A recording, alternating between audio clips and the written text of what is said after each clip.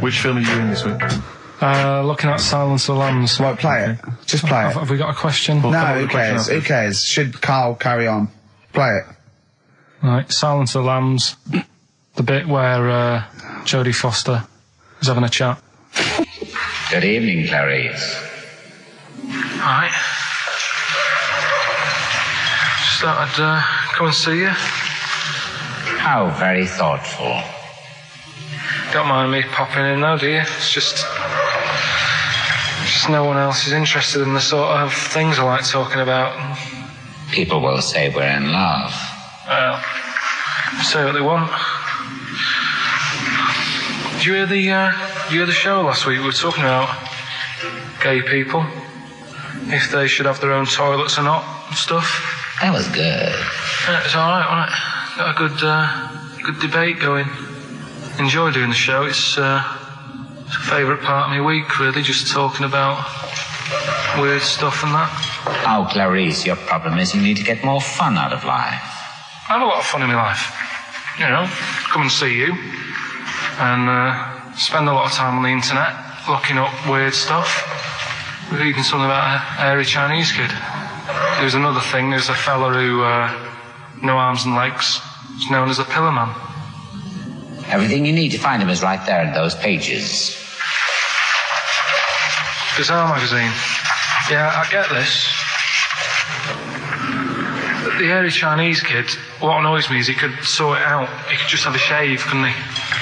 Do you know what I mean? No, he cuts. Does he? Well, he used some like EMAC stuff. Yeah, don't be getting funny with me, just because you're in a bit of a mood, right? You know you shouldn't eat people. Your eyes are bigger than your belly, I've always said that, so I'll see you later. Interesting. Atmospheric, moody, and the question is... okay, here I have it this. How many films have been made featuring the character Hannibal Lecter? How many films have been made? They haven't got time to phone in now, have they? No, they can email in, they'll have time. Do you care? I don't care. No, exactly. Ricky.Gervais, xfm.co.uk, if you can be bothered. If you're interested in you want a $4.99 copy on VHS of Silence of the Lambs. He's dissing that as well, Carl. Wasn't it that? Bit annoying, but that's it for this week. But remember what happened when... No, it's not. It's 9 minutes to 3. How can that... Tell him, Steve. No. How can that be it? It's 9 minutes to 3. What's he doing? Is he playing a record? Carl, what can I do to get back on your quiz team? You're not. Right. Songbird Oasis, right. Send Carl a little present. Send him some essential oils or something, or, a little lavender pillow, or just a little message. Send him a little message. Tell him it's all worth it. He's getting all grumpy, aren't you? I just get sick of it, that's all. It's not worth going through the stress for 30 quid every Saturday. You lying little... You'd get more than 30 quid. Oh, not much more. Anyway, Steve, who's the winner? The winner is Mike McNulty. He correctly answered the fact that there were 4 films featuring Hannibal Lecter. There's a downer now, isn't there? There's a downer. I think it was you, actually. I mean, I don't know, Carl. It's not like I'm just trying to win myself a place on your team, but I actually felt that Ricky was really I gave him grapes. I thought Ricky was discourteous, if that's a word. I thought he was rude, aggressive, unpleasant. As one person emailed in, a dickhead. So, someone also said you were fat and talentless. I don't like those emailers who do that sort of thing, but one of them said you were really, really annoying. Well, cheers for that, but you're still not on the team. They didn't like what you were wearing. So, back next week. What did he say? He went, cheers for that. Right, come on then, Carl. Right, so the film is Kes. You got to listen to it properly. At the end, there'll be a question about what's happened in there, so you got to listen, take it all in. I love the fact that in pole position, in positions 1 and 2 of his favourite films of all time, it's The Elephant Man and Kes. Yeah. That's brilliant. Yeah. Go on. All right. Am I leaving the mics open a bit when this is going out? Yeah, let's have a listen. Yeah? All right. So don't talk then, right? Just put that hot dog down, Rick. And this is the bit in Kes where it's the teacher and he gets up and he has to Glover. talk. What's his name? Is it Brian Glover? No, it's the other teacher. The other one. Anyway. Right, go on. All right, so here we go. Things that had actually happened. I've got another one. What about you, Casper? Casper! All right. All right? All right. You haven't been listening to a word I've said, have you? Yeah, I heard some of it. Yeah, you... Some of it? Just... Stand up. Always somebody, isn't there, eh? Right, now you're going to tell us a story about yourself. What sort of story? I want you to think of an incident that's happened to you sometime in the past that is true and that you think will interest the rest of the class. All right? Right. What about I work on a radio show at the weekend. Well, are you going to tell us about it? I'll just do. It's 2 hours, and it's with Ricky Gervais and Stephen Merchant, and just sort of play music and tell stories and stuff. What kind of stories? Well, whatever. Like last week, it was science. We were talking about this lad who was growing a knob on his arm. So it's weird. It's tricky, sir, because like with Ricky, he gets bored quick and he won't listen to the stories, and he'll start squeezing my head. All right. I'm not interested in what he does. That isn't normal, is it, sir? That. I mean, it sure is a bit gay. Is he? Just messes about, though. Do you know what I mean? I try and like come up with good stuff, like monkey news and like quizzes and stuff, but then he'll just, Ricky will just mess about. I mean, on Saturday he did it again. He squoze me head. How do you spell that? Squoze. S-Q... Oh, you're going to show us the board. This is a new word to me. Squoze is S-Q-U-O-Z-E. Now tell us what it is. It's when he gets me head and he puts one hand on the back of it, right? And he puts the other hand on the front of it and he just sort of swivels it. Swivel, right down the front. Oh, swivel's not. It's spelled S-W-I-D-R. How many times a day? How many times a day does he swells it? It depends what time he gets in. If he gets in about 12:30, he could get a good 3 in. But I think, I don't really want to talk about. Don't you? Well done, Billy. Big hand of applause. That is the effort. Yeah. Wow. That's the best thing you've ever done, Carl. So that's Kez, right? Yeah. Got some good prizes there. Not bad, yeah, good stuff. Question is, how many times did I say Ricky can get? How many head squeezes can he get in before the start of the show? Right. So if you were listening properly. The answer's in there, right? And got some good stuff there. Got some DVDs in there, and some CDs, including some Jimi Hendrix stuff and other odds and ends. Good stuff. Brilliant. And just text in 83 XFM. All right? I'm excited, Steve. It's that time. It's that time of the week. Go on. Well, Carl's in a little film. Oh, that's what you're excited about? Yeah. Sorry, I thought you meant the show's almost over. Right? Yeah, no. Come on in, Carl. Right, so... yeah, I'm in One Flew Over the Cuckoo's Nest. Yeah. Took a scene from it. Yeah. Got to listen carefully in that. At the end, there'll be a question on, like, the clip that you've just heard. It's sort of like what they do in the Krypton Factor and stuff. So do you want to read out the prizes? Or just yeah, there's little things. It's a couple of rock and roll albums. We got the... Why is it called One Flew Over the Cuckoo's Nest? I can't remember. I think it's explained in the book, but I don't remember. I haven't read it for many years. If someone knows, just a quick email to do. I'd like to know that. ricky.gervais@xfm.co.uk. You can win yourself, if you get the question right, the League of Gentlemen Series 3. We got that Rock and Roll Legends again, the Best of Blondie, a nature programme, and the Old Grey Whistle Test, Volume 3. So if you're over 50, you'll enjoy that. Yeah. And just if you haven't seen the film, it's just about like a... What would you call it? Well, it's a guy who thinks he's going to get away with prison by going into a mental institution. It was a new experiment, but he finds out he can't get out and he's sort of trapped. And well, people know it. Everyone knows what. Just play it. I saw it last week, so just play it. All right. Well, I've been observing you here now for the last 4 weeks, and I don't see any evidence of mental illness at all. Yeah, no, I'm not mental. I never said I was. I mean, all right, I got an E in history, but that isn't why I'm in here. I'm in here because I had to get away from the outside world. It was doing me head in. I've been working too hard. I'm stressed out. I've been working like loads of hours Monday to Friday, I've been working on a Saturday with Ricky and Steve, right? That's been doing me head in. People think that's a laugh when it isn't, right? You're busy right now, are you? You got something to do right now? See, this is why I'm here today, Doctor, because he's doing me head in. What do you mean, sir? Well, he's doing me head in. I came here to get away from Ricky. He is just as bad. I'm smarter than him, ain't I? No, you're an idiot, right? You're just... We're just good friends. No, we're not friends. And if you were a friend, you wouldn't be doing that to me, Ed. How do you mean that? Well, don't ask... Come on, I'll show you. Yes, Look what you've done. Get him out. Get him off me! Get him off! Now, let me just hold it right there. All right. You get off! Doctor, will you tell him? Murphy, don't hurt you, does it? Of course it does. That's it. Now hold on to it.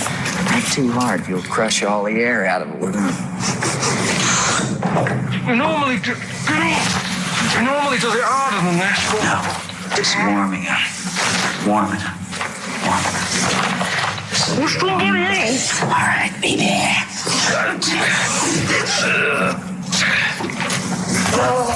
Get off! See what I mean, Doctor? That's what he's doing every day. The state of this. I don't know why you do it, because it's not as if you're going to crack it open. But I tried, didn't I? God damn it. At least I did that. I love it, the effort. Yeah. It's almost, I wonder if it's almost a strange premonition of the future. Yeah. You in some kind of home. All right, well... What's the question? Little question, then. What result did I get in history? Good. All right. Yeah, well, tricky one, that. ricky.gervais@xfm.co.uk. I'll text. Will we take text? I can't really bother to check the texts. All right, then. Here you know. Thanks for that, Rick. Sneezy. Yeah. All right, I'll play... Prinish Brothers, yeah, it's a lovely tune from their album, what's it called? Yours, Mine and Ours. Blinded by the Stars. Right, redeem yourself. Have you got the film thing you're in? Right, yeah, I'm in a film. It's Pulp Fiction this week. Right. Right. Changed it a little bit, tweaked the storyline a little bit. Okay. It's just... To make it better, yeah. It's just do you know, I've talked about Suzanne's hair and that? Yeah. About when she got it cut, didn't like it and that. Yeah. So it's sort of about that. Listen to it, there'll be a question at the end. You can win some good stuff. Yeah, well... Right? So, and this is the scene where they're in the restaurant, do you know, when they're about to do the robbery. Yeah, right. So it's not a restaurant, I've changed that, it's a barber's. Right. All right? Okay. All right. God. There you go, then. Is there going to be a question after this? Yeah. Okay. All right. Girlfriend came in here earlier. Had a haircut, I'm not happy with it. Look at the state of that. Well, don't laugh. Yeah? I mean, I don't want to cause any fuss, but just want you to sort it out. Afraid I can't do that. Well, you can do that, because it looks a mess. Look, my friend, this is just where you and I differ. Well, you've got to do something, because look at it. When she came through the front door at home, I thought Dave Hill out of Slade had walked in. Funny, I was thinking the same thing. Look, I don't want to cause any problems or anything. She hasn't even seen it properly yet. She sort of had it cut and came straight home and didn't look at it. Suzanne, just look in that mirror. Look what they've done to your head. God damn it, what is it? Suzanne! No! We're not going to do anything stupid, are we? I'm the manager here. There's no problem. What do you mean it's not a problem? Look at the state of her hair. Be calm, cooperate, and this will all be over in a minute. I want to go home. No, we're not going anywhere until they've sorted your hair out. I'm not walking home with you with your hair like that. It's embarrassing. So let's just get it... You die. No, forget having it dyed. Just get it cut. Colour's not a problem. Just sort it out. Just get rid of... Let's see what we can do. Right. Good. Look at it. Look at the state of it. I'm trying real hard. Suzanne, just keep your head still there so you can... Just hang in there, baby. You're doing great. I'm proud of you. Just sort that bit out there. Just cut that.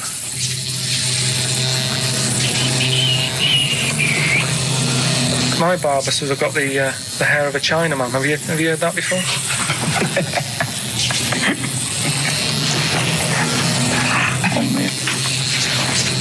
What? What's so funny about that? Is it serious or what? freaking me out. If my answers frighten you, you should cease asking scary questions. It's almost over. There you go. No, it's not brilliant, but that'll have to do, won't it? I reckon we'll have to buy her a hat on the way home. Yeah, that's probably a good idea. Do you think Suzanne's listening? It's all right, isn't it? I like the fact that in that she's represented with a sort of dimwit southern accent. Yeah. Your girlfriend. So I'm sure she'll have appreciated that. All right, It was nice, yeah. It was a nice... I don't know what kind of copyright infringements that was made. Yeah. Well, right, well, the question is, what did I say is odd about my hair? Odd about your hair? Yeah. Oh, well, All yeah. right. Fans of the show will know that already, I'm sure. Yeah, so email in, ricky.gervais@xfm.co.uk, or, just email, actually. Yeah. Bud? Right? Yeah. You can win some tat. The usual address. That is a beautiful record. Yeah, this is Thunder Road by Bruce Springsteen, as recorded by Badly Drawn Boy. You'll enjoy it. Good job. Right. It's all right, love. The batteries are included. Got you a pumice stone. Right, now, do we need them? Do we need them? It's something we started a few weeks ago. We're always talking about animals and insects and that. And it's like, if you took an animal out of the world, would we have problems?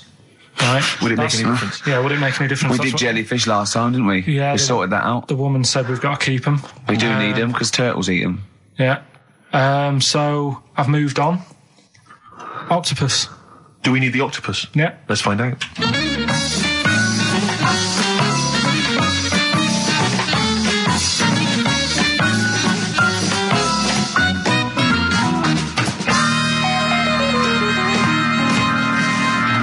I'm working through a load of animals, right, that I'm finding out whether we need them or not, right?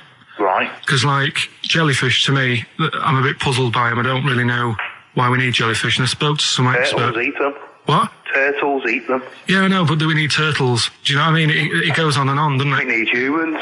Well, I might get to that bit, but I need to sort out the animals first. I've got a lot on. So the thing is, I've left the jellyfish. We know we need them, right? So octopus. Yeah. Right, I know they're pretty brainy. Incredibly brainy. A story that I heard, I don't know if it's true, but there was some science lab somewhere, right? Yeah. Where they had some octopus in it, and they had some crabs. Yeah. And at night, the octopus was like getting a bit bored on its own in the dark and that, and they sort of come alive in the dark, don't they? Yeah. They like the dark. Yeah.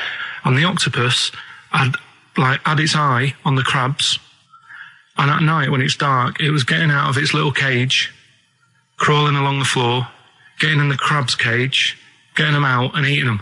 I don't doubt it. We put jam jars with the lids on with crabs in, and they'll open the jam jar and... You're joking? Yeah. Even I sometimes struggle with them. Yeah, you don't do it... you don't do it really, really tight, but... Oh, right, so they're not that clever then? Well, they would, if they were strong enough, they'd open it, but they're just not that strong. Oh, that's mad. Right, I also know that if they get hungry, they eat their own legs. Yeah. Yeah? Yeah. They're deaf. Well, I don't know. I don't really know. Yeah, I know they don't live very long. They can squash themselves into small jugs. Oh, yeah, they can go in a demi-john through the narrow neck and that. Why do they need to do that? Because they're the sort of crevices and holes that they're hunting for crabs and things through. So, would they be better if they were smaller? Do you know what I mean? I don't know. I really don't know. Yeah. But octopus then, if Noah said to you, we're having a clear out. Yeah. We've got too many animals to look after and that in the sea, taking up too much room. Right. Do we need them? I think there's other less useful things in the sea than octopus. Limpets, they could go. Limpets? Yeah, they just sit on a rock and do nothing for 50 years. But they're not getting in the way then. How big are they? Well, not very big. Yeah, you see, I might come round to them, but I never think, I'm sick of seeing these limpets. Whereas octopus, crawling about, opening jam jars and that. You'd never see them, though. They're really rare. Wow. We get 2 or 3 caught a year. It's quite amazing. Do we need them? Yeah. Yeah? Yeah. Well, we'll just have to keep them then.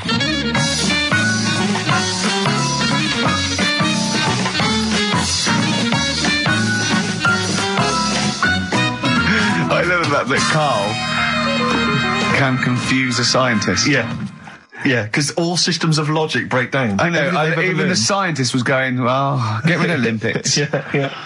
Who was that guy? I think his name was Chris. And where was he from? In a place called Megavissi, where I went one year. Megavissi. And he's a scientist, is he? I think he's got a fish shop or something like that.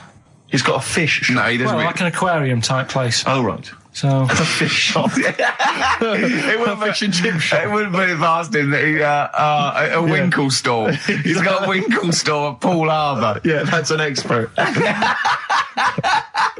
Oh dear. But what have you learnt from that then? Well, that we don't know whether they're deaf or not because the bloke in the chip shop couldn't confirm it. They eat their own legs. Think of that. That's a bit weird. Yeah. They eat their own legs? Eat their own legs if they get hungry. Right. And they grow back, don't they? I think so, yeah. If you eat one, they'll grow back. Yeah. And you can put them in little jars and that. If you wanted to. Yeah. It's just a bit weird, isn't it? It's like no, but do you know, people have a go about being cruel to animals and that. But what he was saying there is, right, what they've watched an octopus do. They've got hold of a crab, right? So that'll be being stressed out because it's out of the water. Yeah. They've then stressed it out even more by putting it in a jar. Right. Which you didn't like. And then an octopus is crawling about on the jar. Yeah. And the crab knows that the octopus wants to eat it, right? So then it's having more frets. Yeah. Because of that. And then they let the octopus eat it. Yeah. I think that's pretty... Do we need crabs? Do them next week, yeah? Well, I want to sort out snails first. Right. Right.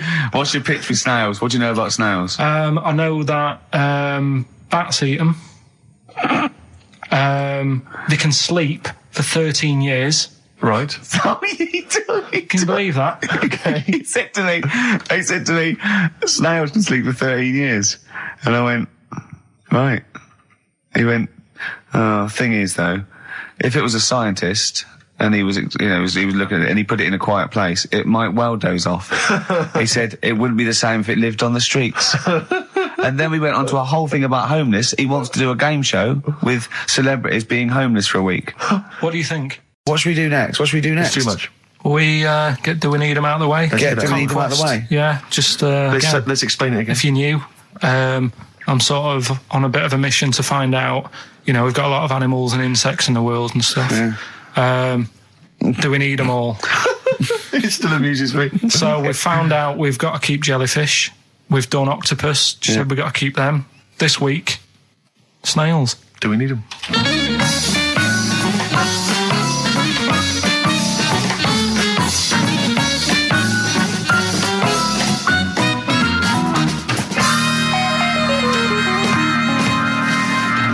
Just doing some research, right? I'm sort of working my way through different creatures and insects and stuff that's on the planet. Yeah. Right? And finding out if we need them or not. Right? Yeah. Do you know much about snails? Sea snails? Well, yeah. Snails in general. I don't know much about snails, land snails. I know a bit about sea snails, like whelks, top shells, that sort of thing. Would you say they're important? What sort of sense do you mean by important? Say if we had to sort of get rid of some animals and insects and that because we're running out of room. Right. Do you know what I mean? Because I'll tell you what I know about some snails. I don't know if this applies to sea snails as well. I mean, I called you today because a lot of other places are shut. Yeah. Right? So I know they like to eat stamps, apparently. The glue on stamps. They love it, right? Right. Apparently a lot of letters and stuff aren't getting to where they're meant to be getting because snails are crawling into letterboxes and eating the stamps. That obviously doesn't apply to the sea ones, but that's a problem they're causing. All right. Were you aware of that? No. No? But you're glad you answered the phone today? Right? They love beer. Beer, yeah. Who doesn't? And also, I don't know if this is right, but I heard that they sleep for 13 years, or can do. Right. I wouldn't know if they can sleep for 13 years or not, but... I mean, sea snails are pretty important. Yeah, they do quite a good job in the sea. They graze on algae and they provide food for other animals. I mean, you can say that about any fish. Oh, any animal, why do they exist? Would you be upset if, someone said, we're getting rid of them? Oh, yeah. You would be? They're an animal, I wouldn't... Forget being like favouritism and all that I get for them, right? There'll be other things knocking around you can sort of spend your time looking after. You'll still have a job. Don't be worrying about that. Because I'm not going to get rid of all the fish. Jellyfish need looking after, so you're safe. Yeah. But do we need them? Come on, there's loads of people saying, come on, we've got to move on through the animals, and you're holding them up saying, well, I want to keep them. Well, who's saying we need to... That just sounds a bit crazy to me. Just imagine. Do you know what I mean? And they would come to you because you're working in an aquarium, so they'd be asking for your advice. Right. And you're slowing it down. Well, they asked for my advice and I'm giving it to them, so, that's what I think anyway. Yeah, but snails, like I say, they drink beer and that, What did they do apart from some food for a whelk? They were around, their descendants around a lot longer than we have been. Yeah, they've been around a long time, but what have they done? Well, they've survived that long, so they must be doing something pretty good. Well, apparently they sleep for 13 years, so really, even though they've been around for ages... I think that sounds a bit... But I don't think they sleep for 13 years. Not all of them, just the tired ones. So, snails, do we need them? Well, yeah, I just think they've got to, it's not for us to say, do we need them or not, we can't. So you think we should keep them? Yeah, definitely.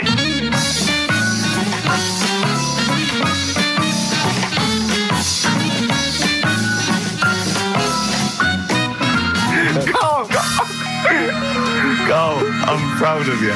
That was getting really quite annoyed. I know. What did he think he was doing? What? I don't know what you tell these people. I mean, you don't get their permission to play this out, do you?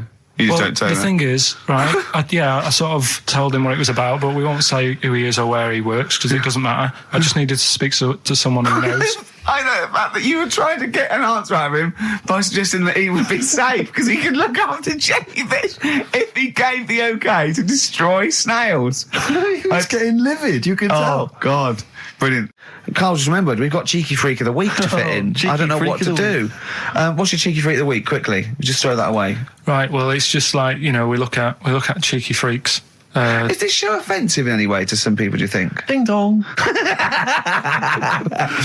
Got any buns? Oh, it's the Elephant Man. Go on. Right, well, it's a bit of a problem for you, this one, Steve, right? I'm chucking it forward to you. Remember the Cheeky Freak of the Week that we were talking about?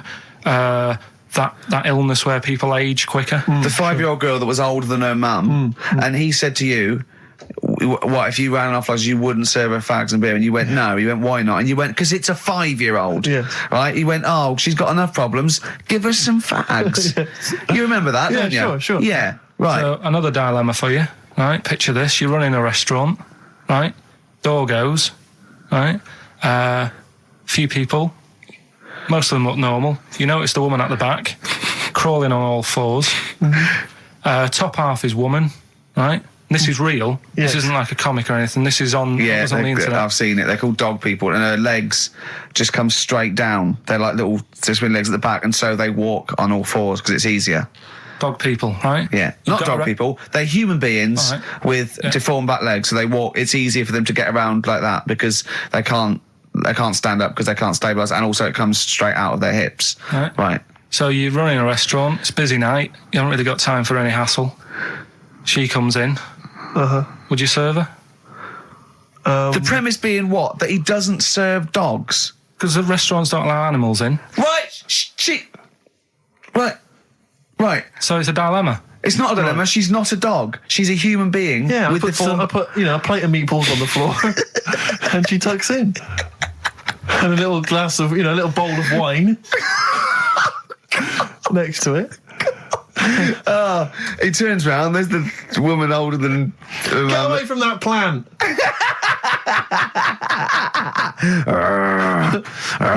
Is service included? Oh dear. Talking of cheeks, Carl, have we got another instalment of Cheeky Freak of the Week this week? Yeah. Have we? Excellent. Look forward to that. Have we got a Cheeky Freak of the Week?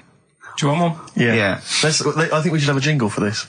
Okay, I've got a jingle. It's very similar to Chimpanzee. Chimpanzee there? Yeah. Well, let's hear it. Okay.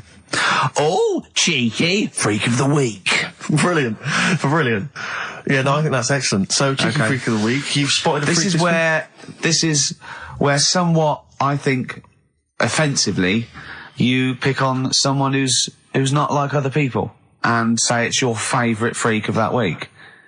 Yeah, I remember we had the woman whose legs looked like the hind legs of a dog.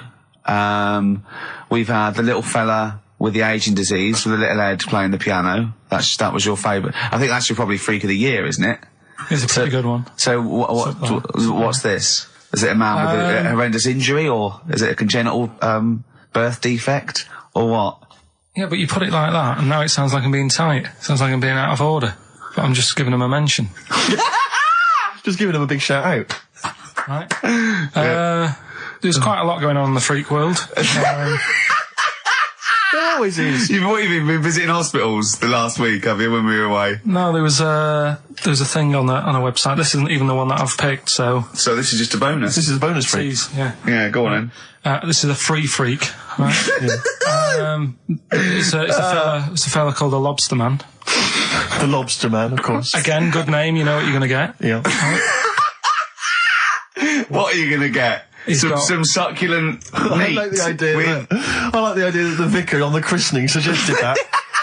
I don't want to call him Mark. Can I make a suggestion? Yeah. Look at his hands. What's his name? Mark Michael Webster.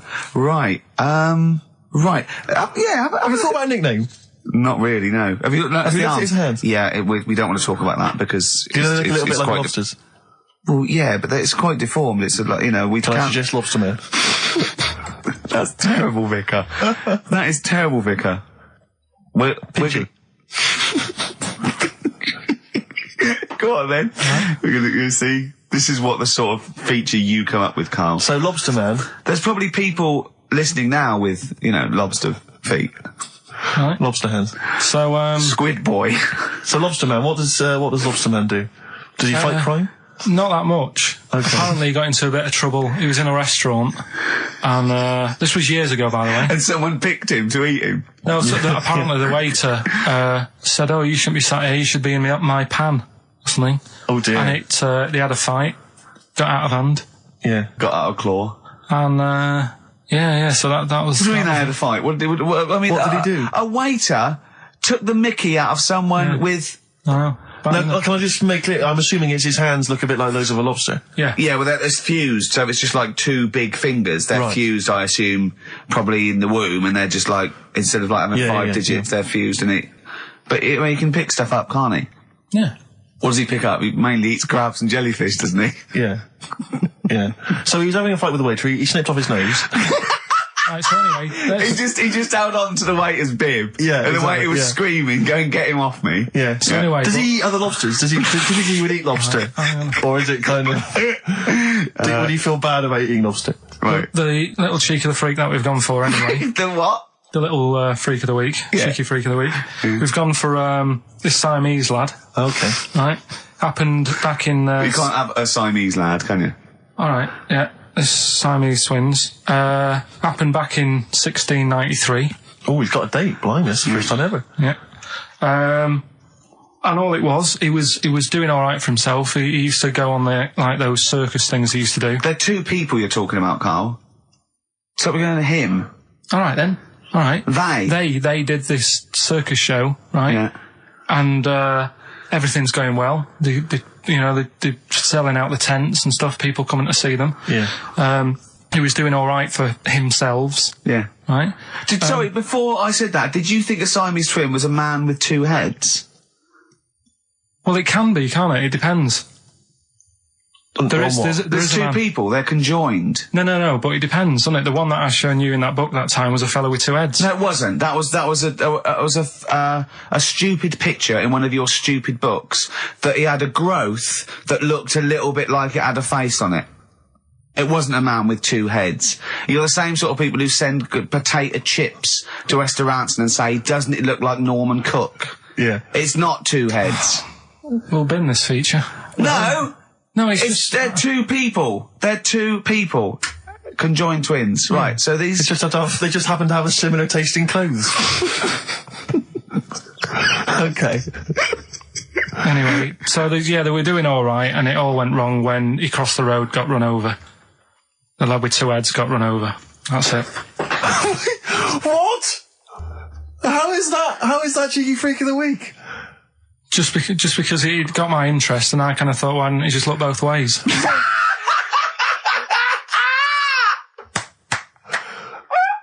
I'm intrigued to know why wasn't he looking both ways? I'm intrigued to know how you get run over. What was it, 1629? Yeah. Well, it's horses and that, wasn't it? Yeah. Oh, why wasn't he looking both ways? Karl Pilkington, you are a genius. Play a record, you fool. Cheeky Freak of the Week, do you want to... Oh, definitely. Should we do Cheeky Freak of the Week? Cheeky Freak of the Week? I can't wait. I'll always do these. I'd start off with these. Alright, well, let's have the jingle for Cheeky Freak of the Week. Oh, no. Do you remember it? No. I remember it. Oh, Cheeky Freak of the Week. Brilliant. Something like that? I want some more, though, because that was slightly half-high. Oh, Cheeky Freak of the Week. Excellent. Right. This, we're going back again. Yeah, 17th century? Well, it was 1829, right? Oh, I'm impressed. Now, the problem is with Cheeky Freak of the Week... not so much the week, is it, if you're going back to 1829? Well... Not even of the century. You haven't even done Cheeky Freak of the century. There's... What's the problem with Cheeky Freak of the Week? Just because... Other than the sort of moral implications. Yeah. Well, last week, it was a fellow with two heads. Yeah. We've done Siamese twins. It's Siamese twins again. Oh, no, it was Siamese twins. It wasn't a fellow with two heads last week. It was Siamese twins. Conjoined twins, sorry. They're two different people. This is what I'm telling you. But this is the problem. They're going to crop up quite a lot just because they've got double a chance. Alright? Oh, please don't write in and complain. He knows not what he does. You understand, don't you? Karl will actually feature one day in this section. Yeah. So, right, go on, Karl. We're going back to 1829. Yeah. All the way back there to 1829. It's a retro conjoined twin link. A couple of guys set up a business. They were called Chang and Ang. Oh, they're the first. That's why they were called Siamese twins, because they wasn't that what it was based on? Those two, Chang and Ang. Was it the original? Yeah, that's why they're called Siamese twins, because I think they were Siamese. So these are the first ones. Well, not the first ones, but they're the ones that got to fame, I think, and why people started calling them. People started calling conjoined twins Siamese twins. I think I'm right there. Anyway. Good. Well, the sort of set up business, sort of going around the US. Well, both of them. And Europe, yeah. Yeah. And what they used to do, people were amazed by it anyway. But people wanted to know how they get through life doing certain things that you think about. When you think about Siamese twins, you think about, how do you get through a day like that? Yeah. Right? And the thing that cropped up the most with people was how they take a bath. So they used to go on tour around the US and Europe and sit in a bath, have a wash and that. And did they ever wash each other by mistake? They go, oh, that ends there. That ends there. Like those things in supermarkets. They put one of those down. We go, oh. Now, as Chang and Ang, they're in the bath. They're washing their own bits. They've got one of those dividers, right? They go, well, that's definitely yours. I marked mine. That's definitely mine. What? Don't wash that, Chang. I wouldn't, Ang. I wouldn't wash that. Right? So what are they doing? They're in the bath. Carry on with the story. That's about it, really. I mean, that's the fact that people... So, two little Oriental fellas joined in the hip, had a bath. No. That's your story. No, they didn't have a bath. They they must have done some sort of research, right? Who? Chang and Ang, right? And they said, well, what do people want to see? Isn't that basically Roller's song? But it's an idea that people have queued up. They've paid their money. They're in a tent. They're well, I hear they're going to have a bath. They're going to have a bath. Two Siamese people have a bath. How would they possibly do it? Well, I've heard they get into a bath. But that's I don't know what they what's wanted exciting. to see them nude and where the join was. No. More than how do you get in the bath? I don't know. That's what they picked. They said, what would be good to see? What do you want to see them do? Having a bath. How'd you get into trousers? Was there exactly? This is all part of it, isn't it? That's why they picked having a bath. This is all part of it. Well, then watch them get dressed afterwards. Yeah. Who was the best out of Chang and Ang? Who was your favourite? They both look the same, to be honest. There's a surprise. One was a short ginger woman. Oh dear. Is there anything what would be better than having a bath for you when you'd seen them? What would sort of make you go, I wonder? One of them pulling and the other one going home alone. Yeah. I go, look, she's definitely up for it. I'm taking her home and go, what am I going to do? Can I watch? Definitely not. Definitely not. Look, you go to bed. I want to wine and dine her. But if he's got back to their place and they're going at Hammer and Tongs, but are you saying one of them? No, Hammer and Tongs were their cousins. Right. They lived miles away. Yeah. If one of them gets knackered, can the other one take over? God, I think we play a record. That annoys me. What? That sort of being at it all night. What do you mean? Let's put a song and I'll come back What to do you it. mean? No, come on. Seriously, because... Okay. R.E.M., yeah. Well, after R.E.M., Night Swimming, being at it all night, and why it annoys Karl. Cheeky freak? Controversial cheeky freak of the week, where Karl finds a human being with some sort of congenital or imposed deformity, or so and we talk about that in a wry way. Do you think that's big and clever? No, but that's just it. It's never about taking the mickey out of someone, right? It's to make you think. I'll tell you what isn't big and clever. How lucky you are. A dwarf with learning difficulties. Nice. Yeah. Well, we'll explain it to you. I think I do more than press the buttons. Right, see, this is it, right? Karl has had a little strop on since last night, okay? And He's had a little strop on? Yeah. You said strop on. I just wanted to clarify. And, I don't know why. He says that I'm an annoying person. He says that I wound him up, right? Which I don't know. He says that you're winding up because you're sort of like negative about everything. Negative? Yeah. And, but what I think it is because we pointed out that his lateness is unacceptable. Yeah. He said, meet you at 6. He turned up at 20 past. He said, well, someone stopped me in the corridor. I don't care. I've got stuff to do. We had stuff to do. I think we're a bit busier than you, Karl. You've got one job. We've got loads of jobs. I keep telling you that. Yeah. You've got one job in a little room, a 9 to 5 there, that you don't even get done in 9 to 5. That's why you're late and mucking around all the time. There's loads of work to do. Yeah, one job. No, cool. It's not. It's one job with a lot of other jobs in it. It's like those little Russian dolls you get. Right? Well, it's not, is it? Go. Yeah, it is. Yeah. Everyone thinks, he only sits in his studio messing about, making songs a phrase. That's what I do in my free time. Which we've got coming up later. Super slick. Songs a phrase, we're doing that, you can win some stuff. Yeah, we've got the film that we haven't done for the last 2 weeks. The final film, we won't be doing that. Let him down, there's 2 weeks. So you're 2 weeks late on that. Yeah, can I just ask, guys, is there going to be some great music? Yeah, well, what about something from the only ones? Yeah, Planet. Brilliant. Right. Songs a phrase coming soon. Is it? Yeah, what is it this week? What's the phrase? We're, remember the story I told you ages ago about my neighbour having a horse in their house? Oh, yeah. Having a horse. What's happened with that? Lenny Henry doing it as a series? So, and people nicking your ideas left, right and centre? Well, that's the phrase we'll be using anyway. What? My neighbour had a horse in her house. How many words is that? 6. My neighbour had... So, there's no grammar either. My neighbour had horse in the house. My neighbour had horse in house. What is the phrase? My neighbour had a horse in her house. Are there any prepositions? Are there any prepositions in this sentence? Look, don't judge it beforehand. You see, I'm turning over a new leaf. I think this is a great idea. I think Karl's a genius, and I look forward to hearing this enormously. Yeah, okay. And I won't be sick on your leg, or squeeze your head, or make you jump when you're making a cup of tea. Just looking through the Guinness Book. That's still the funniest thing, isn't it? Squeaking at someone when they got a cup of tea. Right. It's a good game. Drink 8 pints. Go on. Songs a phrase. Songs of phrase, nicely done. Right, we'll get this going. How do you feel, Karl? Yeah, Again, disappointment. Right. Disappointment probably to your family and friends. Well, I don't think they'll be that gutted, to be honest. Right, songs of phrase. Well, Carl, why don't we play We'll come back with songs of phrase, because it's a big tease. People love that. Yeah. It's one of the hot new We've got quizzes. one more thing for you to eat. No, I'm not doing any more of that. Seriously. Play a song? Right, songs of phrase next. Right. That was rubbish, that half hour. Rubbish. That's great. Roots. The Seed, XFM 104.9. I bet that is a record.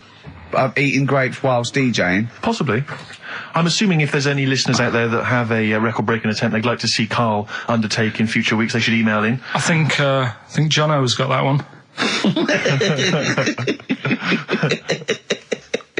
Right, what have we got then? That's that. Right. That's the silliness aside now. Let's get on with the proper show. Right, songs of phrase. Yeah, let's do that. On to the classy stuff. Yeah. Do you want to do the prizes first? Right, no then, where are they? Here they are. I haven't seen these, but I'm excited as ever. Alright, we have a t-shirt there, arbitrary t-shirt that you have probably stolen off of someone. What does it say? Is it the Red Hot Chili Peppers? So if you found that, that's not too bad. It's a big t-shirt there. On DVD. This, should you be giving this away? This looks like it's the film Don't Say a Word. Yeah. And it's, it doesn't have all the proper packaging. It's literally the disc, the DVD disc, just loose. So enjoy that. The current album from Oasis, Heathen Chemistry, DVD, on DVD, The Life of Mammals, the complete series, the David Attenborough recent DVD, that. Walking with Cavemen, which I think is a DVD, it's currently on TV, isn't it? And, well, there you go. Also the X-List, which is a good new compilation, double CD compilation from XFM with loads of stuff on there, including Nerd, Snoop Doggy Dogg, Athlete, all sorts. Go on then, Carl. So not bad, actually. Nice one. Well done. Right, so, yeah, it's a phrase that's been said at some point, or said a lot on the show. We've had, like, Hairy Chinese Kid. We went back to, my mum had wind for 5 minutes and that. Today we're looking at, my neighbour had a horse in a house, right? Yep. If you remember, we were talking about that probably about a year and a half ago now. Yeah. Yeah, of course, right. Of course we remember. They've been talking about it ever since, Carl, I imagine. Yeah. Well, it's famous. It's a world famous phrase, my neighbour had a horse in her house. Right, so this is, this week's Songs of Phrase, and what I've done is I've got songs with those words in that make up that sentence. Yeah. You get to email in ricky.gervais@xfm.co.uk. There's 6 different songs, right? You email in with what? I don't know, there is 6. Me neighbour had horse in house. Is it really that sentence? My neighbour had a horse in her house. It does work, honestly, it works. Okay. Yeah, okay, don't bother explaining it, just play it. Right, yeah. so here's the, here it is. We're just gonna do it. Head horse in a house. Right? What in God's name was that? Yeah, name the 6 songs. Head horse in a house. Huh? Are we naming the artists or the songs? Either. Artists. Anyone who gets anything can get a prize. What's more, Carl? Artists, here we go. Head horse in a house. That's tricky, Carl. That's very hard. Once more. Head horse in a house. Email in ricky.gervais@xfm.co.uk. I'll give it Another letdown. Another letdown. It's brilliant, this. No. How can you just say that after I've just been stuffing grapes in my face and that? Well, you failed. You didn't get one burger in, right? Even when you tried to chop it up, there's 3, right? So that's it. Well, Steve, out the goodness of his heart, went to McDonald's. Okay, I got some grapes. At 62. That's got nothing to do with this, though. This is my game show here. Bob Holness didn't say, yeah, Blockbusters is good, but I never see him eating grapes. So this is a different thing. Forget that. Right? Here's the clips again. Here's the clips. Head horse in a house. Oh, you know I said I was going to turn over a new leaf and not criticise your ideas? I think it's the end of this one, mate. Oh, he's done it again. It's atrocious. ricky.gervais@xfm.co.uk if you've got any idea. Whatever. So ungrateful. Right, songs of phrase. Just give it a couple more plays. Just email in. We'll pick a winner soon. ricky.gervais@xfm.co.uk. Well, this is rubbish this week. No one knows it because it's rubbish. Steve was right. Head horse in a house. There's 6 songs there, so if you know what they are, just... That's the end of that, I think. That's the end of Songs of Phrase. Email in. I think. We've got none there. No. That's the last week for that. Okay, well, why didn't he give us some monkey news? Is it monkey news time? Come on, monkey news. We'll play a song and we'll... No, do monkey news. Let's play a song. Oh, it's a great track. Cheer up, Carl. Is it new? Is this Waiting for an Alibi with Thin Lizzy. Oh, what year? It doesn't have to be new. It's brilliant. What year was it out? Oh, Einstein wasn't new when he came up with the greatest theory ever. Oh, hold on. Hey, hold on. You're not new. You're not new. You know, we should give the prizes away. Yeah, well, this has been dreadful. This thing. We started off well with him trying to force burgers in his mouth, and then he come up with this tapped. I mean, this is the end of this because it's. I mean, it was shoddy to start with. No little Dio couple. Well, this is not only. I'm just saying. This is what I was saying in the pub yesterday when you try to be sick on my leg. I was saying, come up with new ideas if you don't like them, but you diss them on air. Well, it's just disappointing, isn't it? And right. What's that? I was disappointed when I was choking before. We were disappointed as well. Yeah, you didn't try. You didn't try with the grapes. You were just like chewing on that. You meant to just throw them in and swallow them. Songs of phrase. It was 6 songs. It sounded like this. Boring. Right, what are they? Just give the answers. 6 songs there. We had Lionel Richie, My Destiny, for my. Tricky. Neighbour. Oh, that's XFM. Ooh. My Neighbour was Space. Neighbourhood. Had Harry Connick Jr. Had to be you. Yeah. Right. Had a Neighbour had a horse. America. Yeah. We had a horse. In was Lisa Stansfield with pathetic. In All the Right Places. Oh, pathetic. Did anyone get that? No one got that. Animals. So that was pointless. All right, well, the most anyone got was 3, and so we're going to give it to Deborah, and that's possibly Deborah and Kate. They got at least 3 of those, so well done. Well done. Yeah, there's prizes on the way. That's the end of that. What have we got? What are you providing then today? Have you got a quiz for us? Yeah, we've got, what's her name if you want? We've got what? What's her name? What's her name? No, Is that a new one? Don't know. Yeah, what's her name? Yeah. What girl am I thinking of? Songs of phrase. We've got that coming up. All right. Yeah. Okay, so quiz time. I know everyone's been looking forward to this. Which quiz is it this week? We're going to play along because he's done Songs of Phrase where he cuts up bits and pieces from records. You have to guess the title or the artist, and makes a well-known phrase, i.e. a phrase that we've said a lot. And the challenge is that me and Steve have got to try and work out what it is as well before we will tell you the phrase, but let me just see if I can guess. Play it. Tell me why, tell me why, tell me why.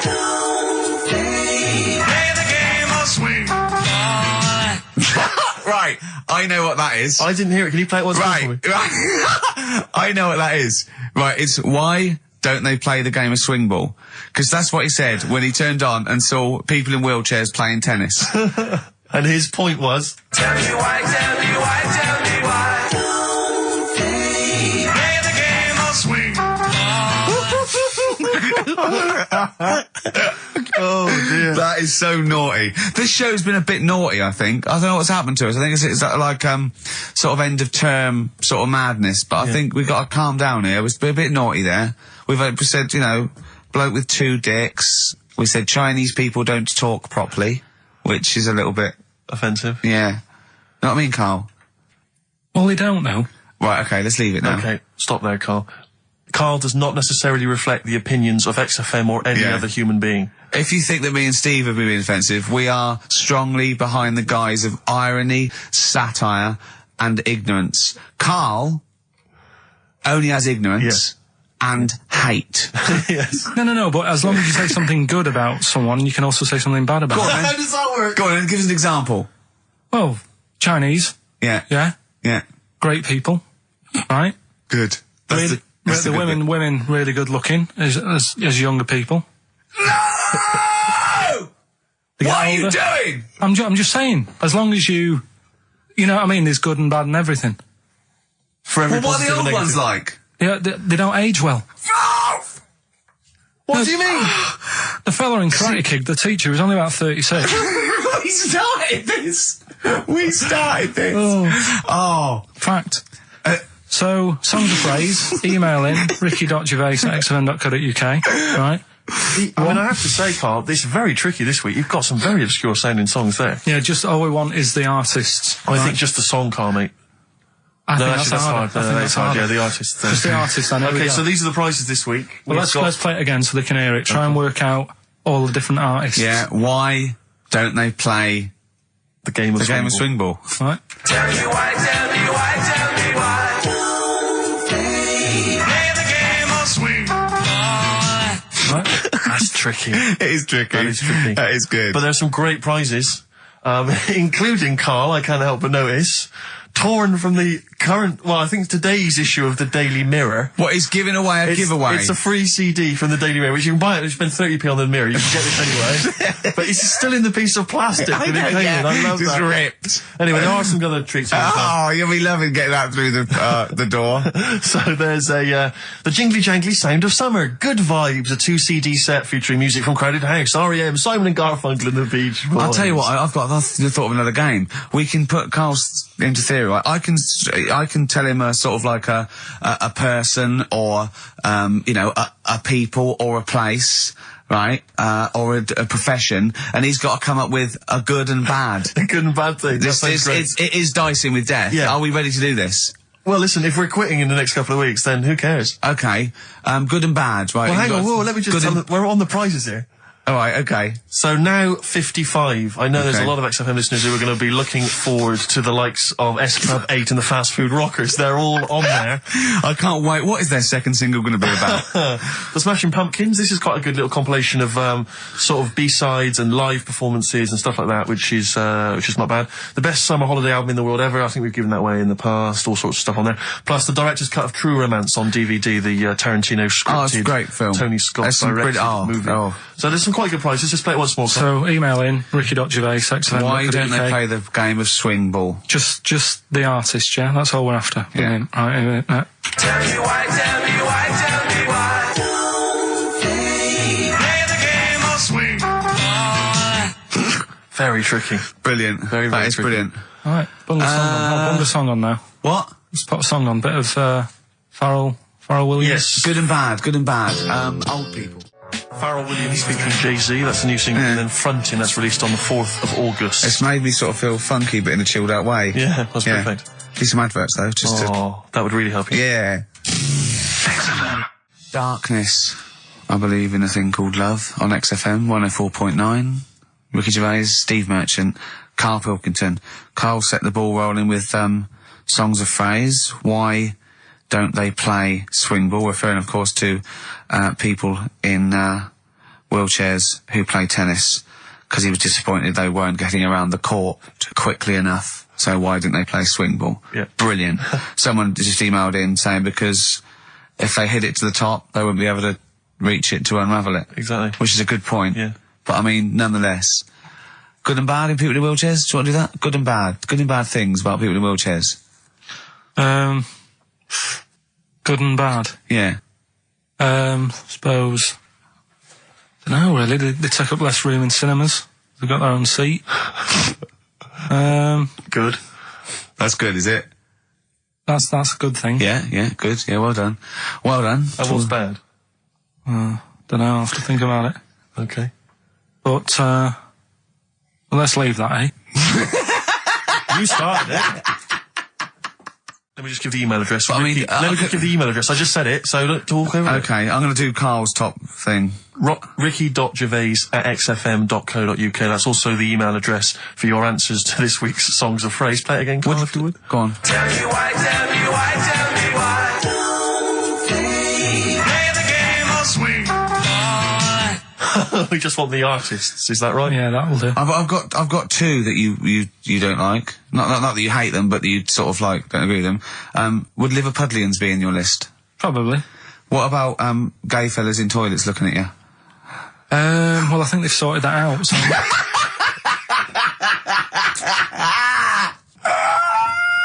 One of the prizes this week in Carl's goodie bag features this song. Play it, Carl. It's the Monkees. Pleasant Valley Sunday. God.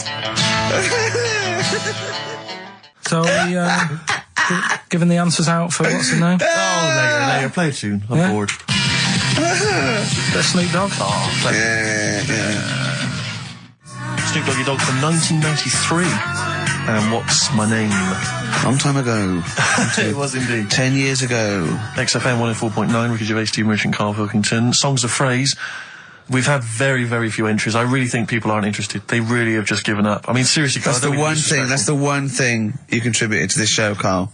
And it's the weak link, I think, missing link. in the chain. The missing link. Oh, do you reckon there is one, Carl? Do you reckon they'll ever find the missing link? Wandering around Manchester. Wait a minute, Carl. the stats then. Let's have the answers if we can. Right, there was Well, specials. play it once more. All right. Tell me why, tell me why, tell me why. Specials. Yep. Jermaine Jackson. Play the game of swing. Right, there was Play the Game of Love. I think that was Wayne Fontana and the Mindbenders. Right, you think, but you're not sure. Louis Armstrong was the Don't Mean a Thing If It Ain't Got That Swing. Mm-hmm. Yeah. And Queen, Don't Stop Me Now, We're Having a Good Time, and that. We're having a ball. We're having a ball. Yeah. Well, I mean, considering you yourself weren't entirely clear, I think it's only fair to give it to Paul Brown, who got some of the answers right. PB, you are getting those prizes. Well, they are on their way They're to you winging their now. way to you. 104.9 XFM, Ricky Gervais, Steve Merchant, Karl Pilkington's pressing the buttons. Yeah. We're playing some great moments from the last 3 weeks. And some great records, Steve, from the last 2 weeks. That's true enough. Yeah. We're not actually here today. What are you up to today, Rick? It's 8 hours earlier, so this is about 2 o'clock probably. Mm-hmm. So it's about 6 o'clock in the morning. I'm still in bed, mate. I'm asleep in my hotel room. Now, where are you? We're in LA. Los Angeles. Yeah. City of Angels, Rick. Yeah. City of Angels. Yeah, and so that's what we're doing. We're doing stuff like that. That's why we're not here. We're not here next week either. So next week is the best of this week. All right, so here's the first bit. Can I tell you one of the best presents I ever had? Cool. Without doubt, all I ever wanted was a go-kart. This is true. I was like you know, sort of 5, 6, 7. And I eventually, for Christmas, I wasn't sort of spoiled in the sense that I got pocket money, but I always got what I wanted at Christmas eventually. Because, working class mothers, they'd get it out the catalogue and pay for it for the rest of the year. So I always got, I'd really, as many presents as anyone else. And I got this go-kart. It was a little red go-kart and it was a pedal one. And I'd run home from school and I'd be in it and I'd get up and down the garden for hours. I'd have to come in for my tea, and this was fantastic. And this went on for like weeks and weeks and went through the summer, the next summer. It was just, it was fantastic go-kart. I'd show off. And then one day I came home and I went, it was always at the back of the shed, sort of up against the shed. And I went in, I couldn't see it. And so I went to the back door. My mum was sort of like washing up with that. And I went, where's my go-kart? I thought it hasn't been nicked. She went, your dad swapped it. Your dad swapped it? Yeah. I went, he what? And I was going to be brave. And I went, he what? She went, he swapped it for a wheelbarrow. And I could see she didn't approve of this. And she was thinking, I'm going to tell him and then I'm going to, have this out. And I went, right. She went, it's your wheelbarrow. And I went to the back of the shed and there was this wheelbarrow. He swapped it with a bloke called Jimmy Dublin, who he worked with. Jimmy Dublin? Yeah, I don't know. I think he was a respectable member of the community. He was fine. It was his lively. No, I think he was an Irish gentleman. And that's why surprised me. That's why I don't know what his real name was. And I think my dad must have been drunk and he went, I want to get my son a go-kart. And my dad went, my kid's got one. He's probably had it for a year. He's probably bored with it. Yeah. And he said, I'll give you this wheelbarrow. And I went to this wheelbarrow and it was caked in concrete. I could hardly lift it. I just nicked off a building site, obviously. And I'd be there for hours trying to push this wheelbarrow up and down the garden, right? And it was okay, though, because I was going on holiday soon. And I 7 years running, went to Bognor Regis, a place called Riverside, because some woman around the way had a caravan that we got free for a week. And it was great. Just wonderful. And I used to go there with my mum and my nan. Oh, party time. Yeah, the age of 7 to sort of no, it's good because when you're a kid and you wake up in a strange place, it sort of seems weird. You wake up at 3 o'clock in the morning hearing your gran pissing in an iron bucket, and We've all been there. You get disorientated. Anyway, and I went on holiday, and I met a little friend who was about my age. We were both sort of like, and he'd hired a go-kart. He had this great go-kart, and he came down to my caravan, and I went, I've got a go-kart. And I remember my mum opening the window of the caravan and going, don't lie. That's so evil. And I went, I had a go-kart. Wow. Yeah. Did you ever talk to your father about the fact you swapped it? No. You never mentioned it to him? No. You still got that wheelbarrow? I think so. I've grown into it. Yeah. Yeah, I can nearly lift it now. Yeah. And now I'm just too old to run up and down the garden with now it. Now you get one of your several gardeners to use it all the time. Wow. Oh, dear. Now, Karl, you promised me that you were going to reintroduce Educating Ricky. Yeah, we can do that. Have you got it? Have you got something that will, that's something that I won't know that's correct and that will interest me? Yeah, there's loads of stuff. Is it anything to do with monkeys? No, we've got monkey news. We've got monkey news coming out. Of course we have. Yeah, monkey news. People, and they're now over to XFM for monkey news with Karl Pilkington. No, we won't do that yet. We're not doing that yet. Educating Ricky is. Yeah. Well, let's do it. We did it ages ago. Educating Ricky. Oh, that's interesting, and it's correct. Hang on a minute, though. What I do is I tease you, don't I, with headlines. Oh, go on then. And then you have to sort of go, that one sounds good. Go on then. What are the headlines? I want to know more about that. Educate me. Yeah. Right? Okay. You've got, jeez. That Nelly died. That Nelly died. Oh, like, okay. Right. Could be about an elephant. Yeah. Go on. You've got that. You've got, I got well. Take well as read. So they all start with well. Okay. Knob body has been that lucky before. Brilliant. All right. Okay. You've got get a lobe of this court case. Right. Okay. Not bad. I'm going for knob body has been that lucky before. Right. It's a story about this kid who was born. Right. Was he? Yeah, he was popped out, and the dad and the mum saw the baby, and it was like, oh, that's a good-looking little kid. Sure. And they were proud and that. And then they're surprised that it's a good-looking little kid. It's theirs. Yeah. Like it could have been a frog, and they'd have gone, "Oh, he's got your eyes." And then the doctor goes, "Yeah, it is, but look at that." What? He said, "It's a boy and hasn't got a knob." I love the doctor saying that. I love this GP or this midwife saying that. Oh, we love little boy. Yeah, but no knob, baby. Mr. and Mrs. I mean, think. Right. No, but I'm speeding it up a bit. All right, come on. So the baby's born. So the baby's like that, and the doctor says that, and the woman's like, oh, it's our first as well, and stuff, right? She's really gutted. What's the second going to be like? So, no head. Just a knob. Doctor says, we'll call it Carl. All right, go on. Right, go on. So the doctor says, well, I'll leave it with you for a bit, get used to the idea, right? As opposed to throwing it away. So he wanders off. Yeah. He comes back with a smile on his face. Right? Found the knob. So the mum and dad are like, what are you smiling about? He said, you're not going to believe this. Baby's just been born. It's got 2. Right? You can have one of them. And they did a little operation. Where did you get this information from? That's in a book. What book? Is it the same as the book that you carry round with you? No. With the woman with 3 legs, the juggler with 9 arms, and the bloke who found shagging a chicken under a rock. Is it in that book? Weird though, isn't it? Well, it's not true. It is true. What, in the same hospital, there was a baby born without a knob. Luckily, Carl. It happened. You swear to God you're not making... The doctor came back smiling, because you won't believe it. There's a baby there with an excess of a knob. It happened, honestly. I'm not... All these things are not made up, the educating stuff. That's why I do it, isn't it? Teaching you stuff. Always teaching you stuff. All right, if anyone can confirm the baby with no knob... They're going to confirm it, because they're going to go to the same dubious website that Carl got it from. I always try to be level-headed and reasonable in these situations. And it's always Guatemala or Mexico. Rodriguez was born without a knob. Luckily, baby next door and was got 2 knobs. What a load of shite. Play a record. I should just confirm that we've had a number of emails that say the baby born without a knob and then having one transplanted from a baby that luckily enough had 2 knobs is apparently true. Listen. So, I don't question that you could be born with a deformity and get someone's, fingers, knobs. What I'm saying is, it didn't happen with the doctor goes, I'll leave with it. I don't believe it. That baby's got 2 knobs. Exactly. What a coincidence.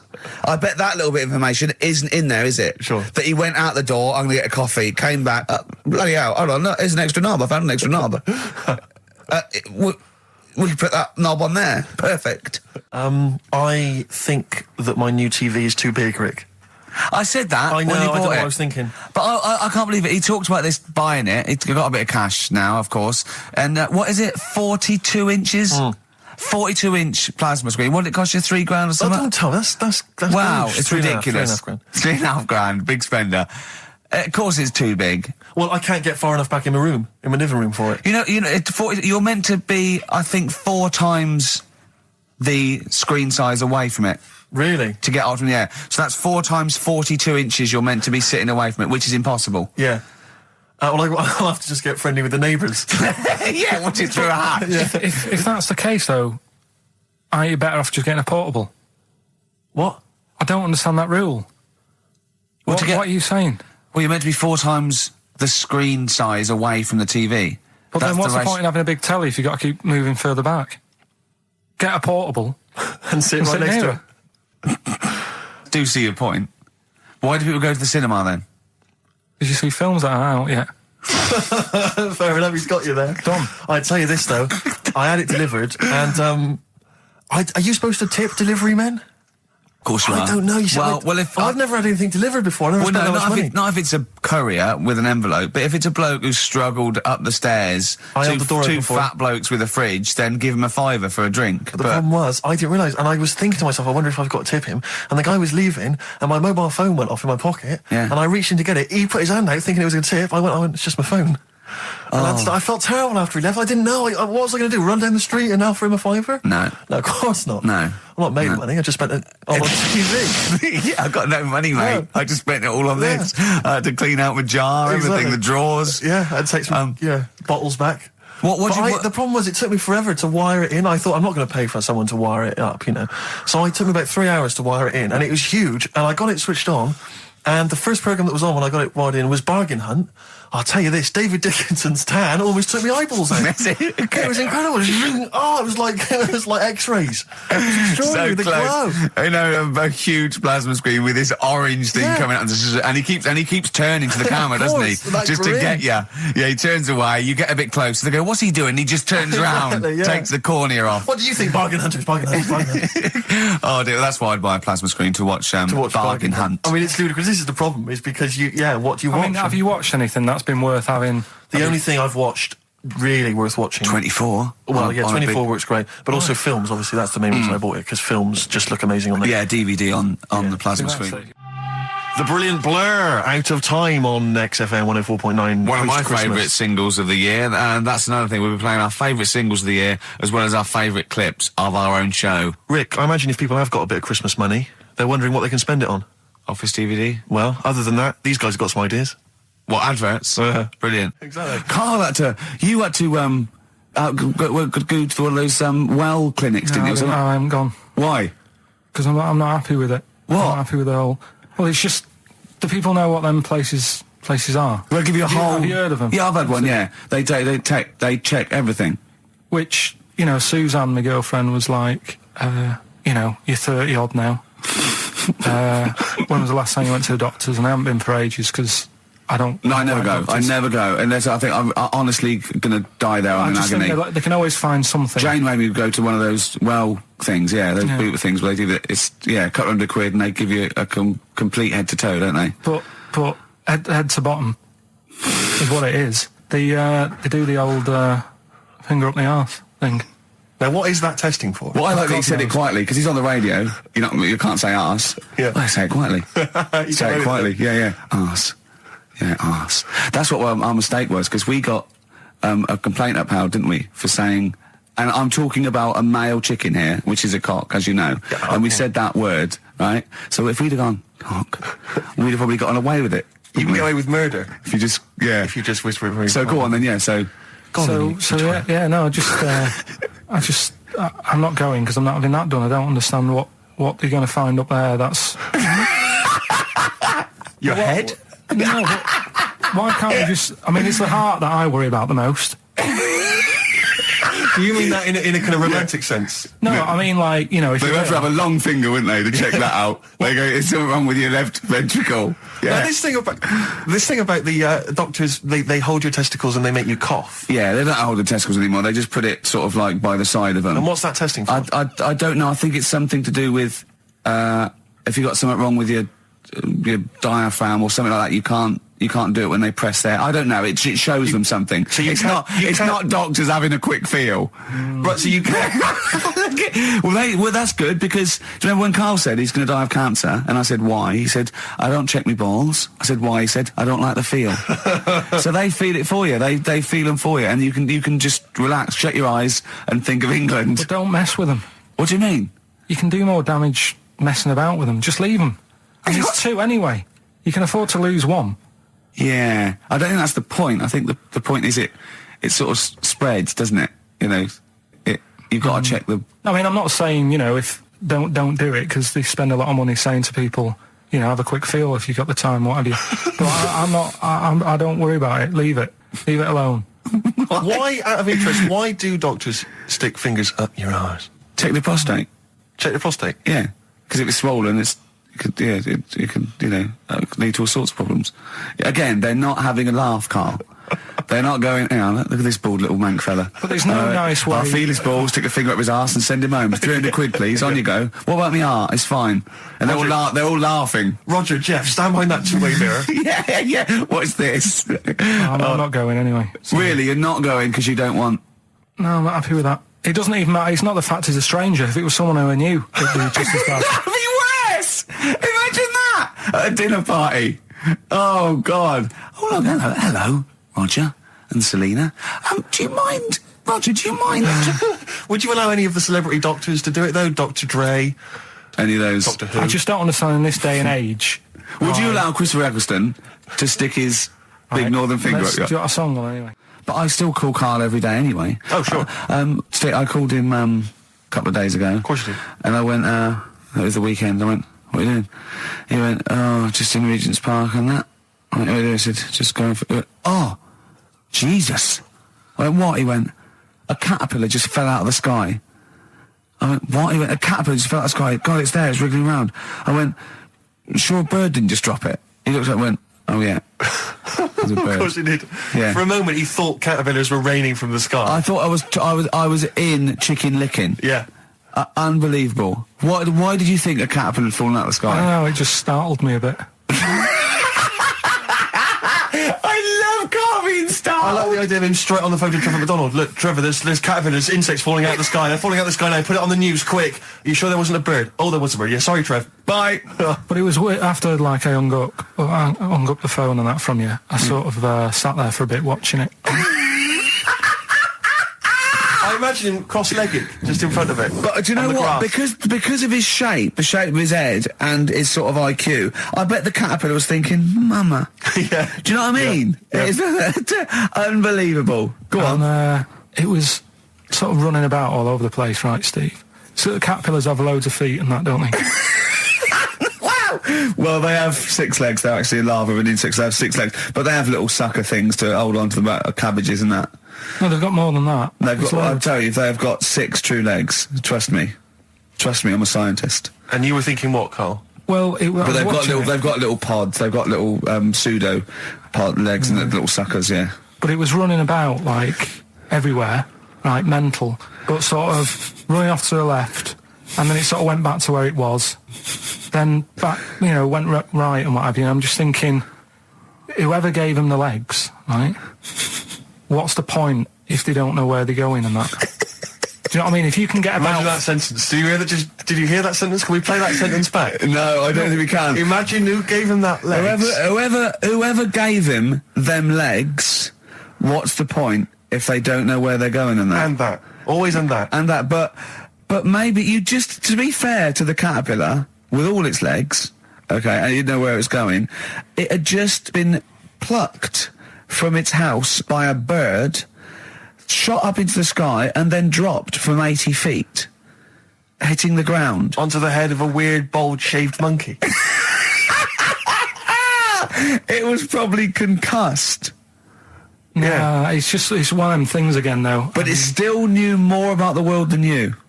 How does that make you feel? I just think it's a waste of time having all them feet. It's the same thing as the... Now it's got feet now! It has a nightmare buying shoes, doesn't it? Yeah. You just mentioned there about sort of no knickers and that. Is this going to be your Auntie Nora? No. Right. It's just, the last flat that I lived in, I always had a good view across the road and I could see, It was the hairy. There was the hairy Chinese not kid. hairy Chinese kid. He was just a Chinese kid, actually. Yeah. Running Because about. that's rare, isn't it? Hairy Chinese kids are very rare, isn't it? Yeah. There's only one official sighting, isn't there? In one of those shit little magazines that you buy. And there was the old woman who didn't move. She was just sat there reading a book all the Who time. we think possibly died and no one came round for weeks, I mean. But, and now I've moved, right? And it was quiet for a bit. I always look at what view I'm getting, right? Looks across and it was just sort of empty, sort of flats ready for people to move in and that, right? Anyway, people are in there now, right? And they've put all the furniture in, but I haven't put any curtains up. Oh. Right. So anyway, I'm sort of washing up, just having a look out the window. Yeah. Right. Girl sort of wandering about, knickers on, right? With no knickers on? You mean naked? No knickers. Well, she had a bra on. Right, okay. But, She was probably looking for a knickers. So I thought, and I don't know how long I was looking. No. Right. But anyway, she looks across. Oh, God. I think she spotted me. Yeah. I think, oh, God. I felt really bad. Yeah. I said to Suzanne... Sorry, is this some sort of Peeping Tom confession? No idea. Well, it's not... That's the thing, though. Peepington. If I was peeping, she was peeping as well, because she was looking over. Works both ways, doesn't it? Yeah, but yeah, all she could see of you was your bald head. Yeah. No, but and your hands moving as you were washing up.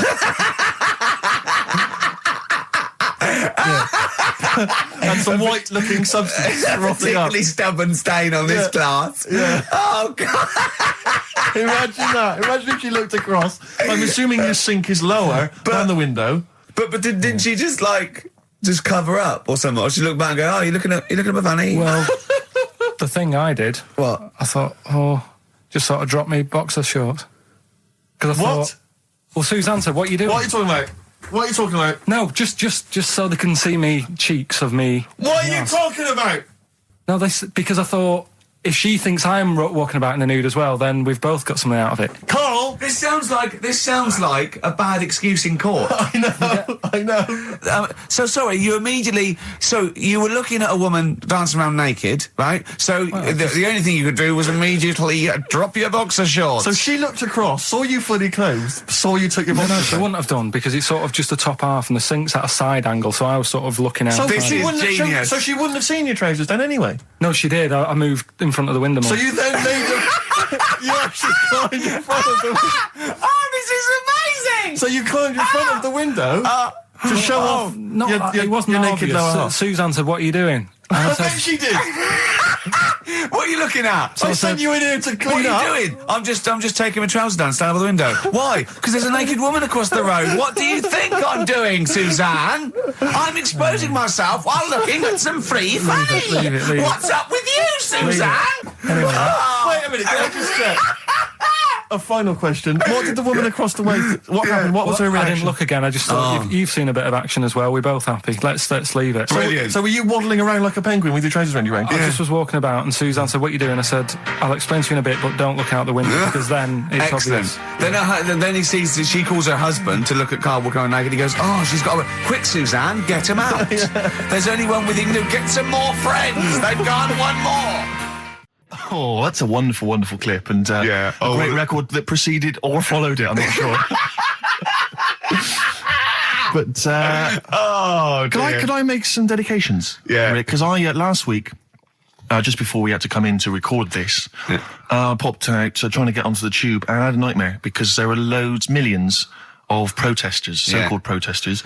Now, a lot of them obviously doing good work. There was one fella, I think you'd have appreciated it, because I know you are very politically active, and I think this guy has really studied hard, and he's realised the best way to make his voice heard on the international political stage is to ride around on a tricycle wearing a jester's hat. He was really shaking up the bloody government. I wouldn't want to be George W. Bush about now. Not indeed. Once he sees that. Imagine his aides rushing in and going, George W., look at this guy.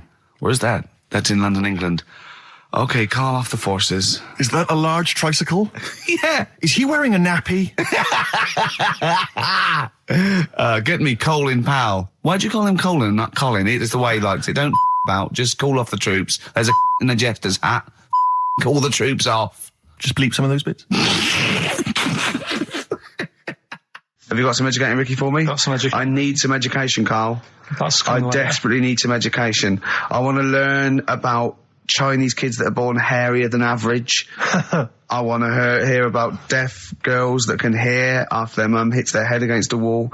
These are the things I need to know. I mean, I don't wish to be disrespectful. He doesn't look like a genius. He doesn't look like a genius. But then I don't know what a genius looks like. Exactly. So, Steve. you know, I don't want to be an Look at Einstein. Yeah. Yeah. His mum thought he was mental as a child. Where'd you get that information from? That was in the Einstein book. Well, it was in the Einstein book, then it's presumably true. Which Einstein book is that? Theory of Relativity? The big book of Einstein stuff. Oh, yeah. Yeah, the big bumper book of Einstein stuff. It's for a coach trip, and you have to fill in E equals MC1 squared, 2 fish, or 3 hello, and then it's multiple choice, and you fill it. It's great. Did his mum think, A, he was a genius, B, mental? Most people go for A, but it is in fact B. She thought he was mental at the age of 28. Oh, Carl, you never let me down. You never let me down. So have you got Educating Ricky for me? We've got Educating Ricky coming up. We've got Rockbusters. We've got Rockbusters. Great as seen and talked about in Heat. In Heat magazine. It's got really tough this week now. We're not messing about anymore. Right. Got some good prizes. Absolutely, yeah, we'll talk about those later. Because, I mean, was it last week that you had the classic? Was it, I can't remember, I'm paraphrasing, Carl, apologies. Something like, I'm here in Texas, I've fallen in a puddle, and my knee has got wet. Yeah. Whitney Houston. Yeah. And also, it was last week when there was a little bit of confusion over the one for Holly Valance. Right? Of course. I don't think it was confusion, I think it was your error. Yeah. No, it wasn't. And it was Holy Valance, and you meant Pelmet.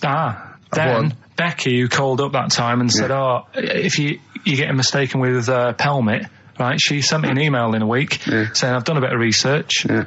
It was my fault, I've made an error. Yeah. It is a Valance. Okay. And I know about Valances, as I told you last week, at the very end, my auntie loves them. Yeah. Right? She makes them. She started off just like putting them on top of the sort of window around the curtain. And then she thought, I can do more with this. Yeah. And she had a little coffee table that had magazines underneath, and she said, I'm sick of seeing them magazines when I'm sat down. She sounds like a Pilkington. So I'm sick of seeing them magazines when I sit down. So she put a Valance around the table. She just got Valances around everything now. Right? Then, next step, she tapes everything. She never actually watches telly. She tapes it all because she gets sick of listening to the adverts and that. Yeah. So she tapes everything. So she's got loads of videotapes and that. And the video used to get on her nerves. When she was watching a film, she'd see the clock changing. And it distracted her from the film. So she put a Valance around that. Yeah. That's genius. Yeah. So, that is or is it mental? Only Mrs. Einstein can tell. I don't know. She's even made a little Jack Russell look like a hovercraft. Yeah. It's great. So everything's got a Valance. If you go round and you stand still for too long, the chances are she'll put a Valance around your head. Yeah. This is this is Auntie who? Auntie Nora. And this is the one that farted for 5 minutes. She did. Lest our listeners forget. Farted for 5 minutes, called his mum, saying I'm farting, 2 minutes into the fart. She said about 2.5 minutes in. Yeah. Just like, for example, that's why your balls are on the outside. Because the cells have to be a certain temperature to survive. I don't know if it's the sperm or Sertoli cells, but they have to be a couple of degrees below body temperature. Otherwise, they'd be in a nice cage and we wouldn't get kicked in the nads. What do you mean? That's why your testicles are on the outside of your body. They have to be a couple of degrees below body temperature. Yeah, but that isn't why they're there. You see, this is like the chat we had last week about the giraffe having a long neck. What do you mean? They're there because that's where they happen to be. They didn't go right. Well, that's what evolution is. It's a selection process. It's not a will. The balls didn't say, look, I'm too hot, let's get us outside. Let's get outside of here. All right, hang on a minute then. What? So a little man monkey, right? Theirs are in the same place as ours. Yeah. But they're walking around naked, so it could be anywhere. They could be like on the back. It doesn't matter where they are. They call it, well, they could be on the back, yeah. So why aren't they? This is a completely different... Steve! You started it! I wash my hands of the whole affair. And we're not only back to balls, but we're back to monkey balls. Yes. In one thing from about parasites, we're back to monkey ball news. Yeah. How do we get back to chimp testicle news? All right then, so this worm's in a fish. Yeah. It's like a little platyhelminth. I think it's some sort of... But what I mean is, why are they about? What do you mean? They evolved. But why haven't they died out? Because they're very successful. Yeah. What do you mean, yeah? What do you mean, yeah? Tell me the brain event that made you say yeah in that 1 second gap. Because in a way I don't get it, and if I think about it too much, it hurts a bit.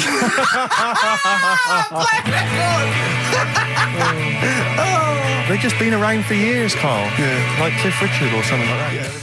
Carl's look at him. Carl looks at you like a cat. Yeah. Whenever we leave him behind, if we don't talk like straight at him and let him see our lips moving, and it's, you know, monosyllabic and very sort of. Look, he's lost in that conversation there. He just drifted off, didn't you, Carl?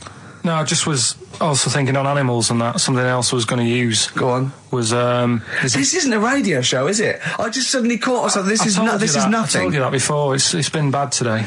No, but I mean, it's the way, this casual way that it's like we almost have no regard for our listener, and I'm not proud of that. I just don't know what to do about it.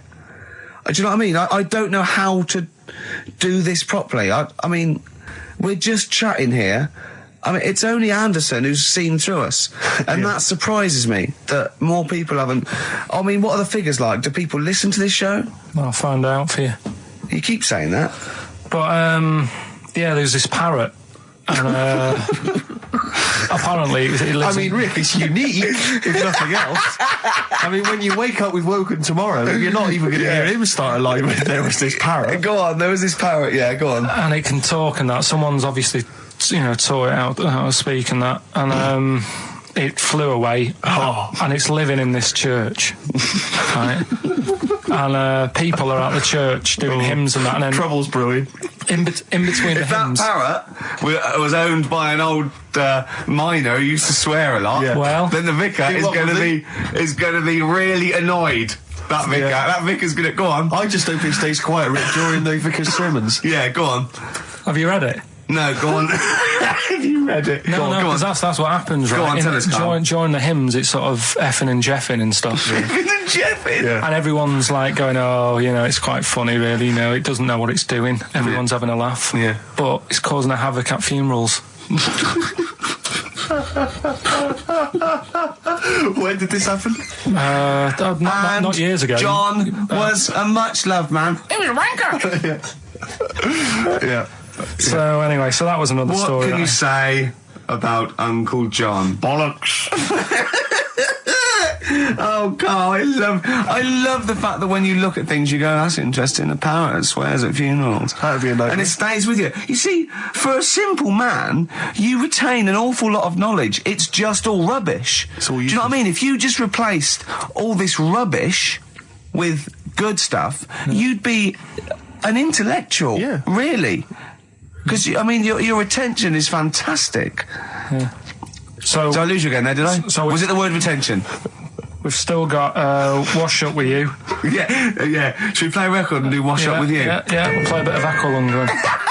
Aqualung! Depeche Mode there, and I Feel Loved.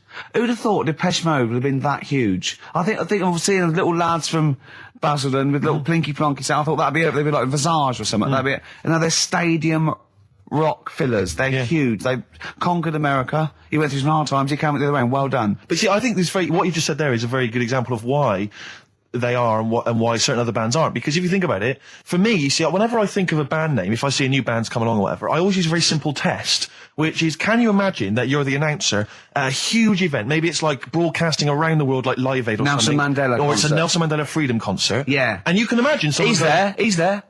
Nelson's there. Yeah, with the Spice Girls. Oh, they're all there. But you can imagine someone saying, ladies and gentlemen, please welcome to the stage, Depeche Mode. Yeah. Rolling Stones. The Who. Exactly. But you can imagine someone saying, ladies and gentlemen, please welcome to the stage, Visage. Ladies and gentlemen, will you please welcome our headline act? Welcome, Idlewild! Exactly. Ladies and gentlemen, please welcome to the stage, Ned's Atomic Dustbin. It doesn't... Do you know what I mean? You just know. The Levelers! Some bands aren't going to make it. Ladies and gentlemen, please welcome to the stage, Mega City 4. You know what I mean? It's just a simple test. We'd like you to do that at home. If you're thinking of starting a band, or you've just named your band, you're just beginning, just phone in, tell us, or email in, tell us what your band name is, and we will use that simple test. And we will do the test. Ladies and gentlemen, will you please welcome to the stage... The Franken Walters! Jimmy Eat World. Ladies and gentlemen, please welcome to the stage, Cooper Temple Claws. I don't think it's going to happen for those lads. Here's a good It's one. a simple test anyway, but 100 email. reasons, please welcome to the stage. 100 reasons. 100 reasons I think would work quite well. Just to give the email address, ricky.gervais@xfm.co.uk. You've got a real problem with Rick Waller, haven't you? He turns my stomach. I know, but don't... Because he's arrogant as well, though. Exactly. That's the problem. Don't explain to people that... No, he is a bit arrogant. It's his whole thing, that it's the whole package, so to speak, that you don't Well, there's another thing in this quote, because it's not just the fact that he eats too much. He tried, apparently, to lose some weight, and he said, the first month I lost 11 pounds, the next I lost a stone, but in the third my body did somersaults and I put on 9 pounds. I had a slip-up. I can't say when, why, or how, but it just sneaked up on me. Yeah. I don't believe it. Yeah. Don't believe it just sneaked up on him. That body's never done a somersault in its life. No. It just sneaked up on him. Yeah. It was the cakes again. Yeah. It was the same old cakes as before. It was exactly the same problem. Sleep eating. Yeah. It's called. It was the KFC bucket again. It was the family-sized KFC bucket for breakfast. Dear. Poor man. The other thing is that I don't think that's a very good shock tactic for a doctor to tell a 20-something, well, to be honest, you've got 20 years to live. Yeah. That's not, when I was 20, the thought of dying at 40 was fine. Yeah. I didn't want to live to 40. Yeah. I just thought, what can you do when you're 40? Yeah. Just laying around doing nothing. Eating cheese. And then you got there and you discovered... No, but someone said... The dream came true. Sophie here sent me something and she says, I realise you're not Graham Norton, but I had to send you this. And she sent me the top of a little cream cheesy thing. And it's the brand name is Gervais. How odd that is. Have you been... They've named a cheese after you. I think it's a big French company, and this is from the Czech Republic. It's all over Europe, and so that would be a dream come true, wouldn't it? If they named a cheese after you. No, I think it's probably ancestors, and so I've cheeses in my blood. Sure, quite literally. It literally is. Yeah. Another heavy Friday night, was it? It comes out of pores like those Play-Doh things. Yeah. I can squeeze out different shapes. Jane, bring the Stilton in. It's Friday night. This isn't fried. Exactly. But yeah, so we can't really have a go at Rick Waller. I eat too much, but you're not big. I mean, one of the other contestants on the Fat Club, Celebrity Fat Club, is another one is Jono Coleman. Oh, we love Jono. Now Jono, I don't know, you know Jono, he's that guy who does, he used to be on TV, and I think he does a breakfast show on a rival station, doesn't he? He's happy, isn't he? He's so true, and he's a really nice bloke, Jono. It's funny because he does a breakfast show on Heart, which is wrecking his own. There's a bit of irony. Oh, I love Carl. Thanks, Carl. Do you know what I mean? Yeah, I love you. I can see where you're coming from. Yeah, that's good. But we've met Jono a couple of times. We saw him at a couple of, not wishing to say not to show off, but a couple of awards dues. Yeah, like that's showing off. But like people would have seen dead there. Well, yeah, but we went to one where everyone was in like tuxedos or suits and ties. Not Jono. Jono was wearing a pair of Bermuda shorts, big Bermuda shorts, knee-length Bermuda shorts with just these little. But I saw him again another time, and he had shorts on at a similar event, and I've seen him since in the street, and he's all. I'm wondering if he can wear trousers. I don't think he can actually wear trousers. I don't know if there's a medical reason for that, whether he's just, his legs are too fat. I think the material is a waste of money. I think it's just that you can get shorts that big and they're comfortable, and, I mean, to be quite honest, I don't want to squeeze into a tuxedo anyway. So, if you can go, I'd love to turn up those things in Bermuda shorts. Well, of course. Flip-flops. But do you think he started off by wearing, maybe he just had the upper half was a tuxedo with the tie and then the shorts for and the shorts underneath, and he would just have to come in, kind of sneak behind, a sideboard. Potted plant. Or a potted plant, or bring his kids ahead of him. Yeah. You know, you are wearing trousers, aren't you? Of course I am, yeah. In you go. Kids move a bit. Well, no. Exactly. Of course I'm wearing trousers. Why would I? Wearing trousers. And they just thought, this isn't fooling anyone. So now I'm going to make a wacky effort to sort of, The next zone is, I've heard he's going in a grass skirt and a garland around his, and he's going to come in limboing. But you did ask if you could go to the BAFTAs in a dressing gown, didn't you? Just for ease. Yeah. This is the Best Of Show on XFM 104.9. I'm Ricky Gervais, with me Stephen Merchant. Yes. I hope you're enjoying the Best Of. What do you mean your fortunes are on the up? Anyway, DJ, well, I'll tell you, I was hired. Well, I say hired. I did it as a favour to a friend, his wedding the other week.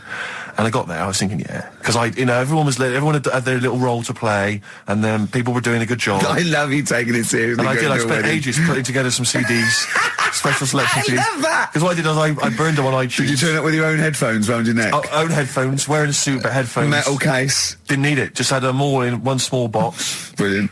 Boom. I thought this is good stuff. I got some classics here. Give me an example. Give me an example of that, like the first hour, the warm-up hour. Rick, I'm coming straight in with Frankie Valli, Oh What a Night. Brilliant track. I mean, when those beats start at the beginning, who's not getting on the dance floor? Wait a minute, what's this following it up? Go on. It's the Jacksons. What, I Want You Back? I Want You Back. Brilliant. It sounds good at the moment, Carl. Yeah. So I'm thinking, I'm gonna roar this, because you know they laid on a good spread. The ceremony was nice, food was nice. I'm thinking this is going to be the piece de resistance. Yeah. Alarm bell started ringing. Why? When I realised there was a marquee outside. Of course, it's a balmy summer evening. I'm stuck inside on the dance floor, so I'm thinking I'm going to be struggling here to get them in. Even with flavours like this, I thought I'd struggle, Rick. So I'm sat there in my suit. I'm sat behind this little DJ console. I've got all the big numbers. There's one or two people making some token effort, but frankly, most people are outside everywhere that time. I was livid. Of course, they couldn't hear it out there. So I was playing to an empty room, really, and I was furious. I was absolutely furious. Because, I mean, what is, you know, they're wasting my time. They're wasting, now I could have just stuck the CD on and gone out. They're wasting Frankie Valli's. Frankie Valli's time. They're wasting the Jackson 5's time. They're wasting, you know, D-Light's time. Yeah, yeah. And, so I'm sat there, and there's a couple of people making a cursory effort. Mainly when they come to get a drink from the bar, they might have a little quick, you know, couple of two. You shout, we don't want your Not interested. all of you or no one. All of you or no one at all. And, then there's a microphone set up because people have been doing speeches. This little girl gets on the mic, right? It's being funneled through the speaker system. So every time I put my headphones on, Miss Dynamite, was it? It wasn't sadly Miss Dynamite, although she decided to have a little go at MCing. She was screeching her little head How off. old is she? Oh, I don't know, 8 or 9. At their most annoying. when children are at their most annoying, because they got a bit of confidence there. They're a bit cocky. They're not shy anymore. They're a bit arrogant. Yeah. She's screeching her head off, so I'm playing, you know. And she doesn't know it. Your face! I'm playing into the groove. No one's getting into the groove because she's going mental. She's just going, what's this? What's this? I don't know what this is. Play something I know. I'm thinking I haven't got any bloody DJ Otsu or Crazy Frog. I'm not going to play what you... So she's just screeching along, ruining it for everyone. And I say everyone, there was no one there. So me, she was ruining it for me. I bet you were really angry. I was furious. But of course as well, every time she screeched, it went through my headphones. So so, of course, and then her dad comes along, right? And I'm thinking, all right, he's seen what's happening. Just imagine you in your suit, sweating, getting annoyed at someone ruining your set that no one's listening to. I think, her dad's coming over. He's going to put pay to this. He's realised that, you know, she's causing a disturbance. He comes over there, joins in.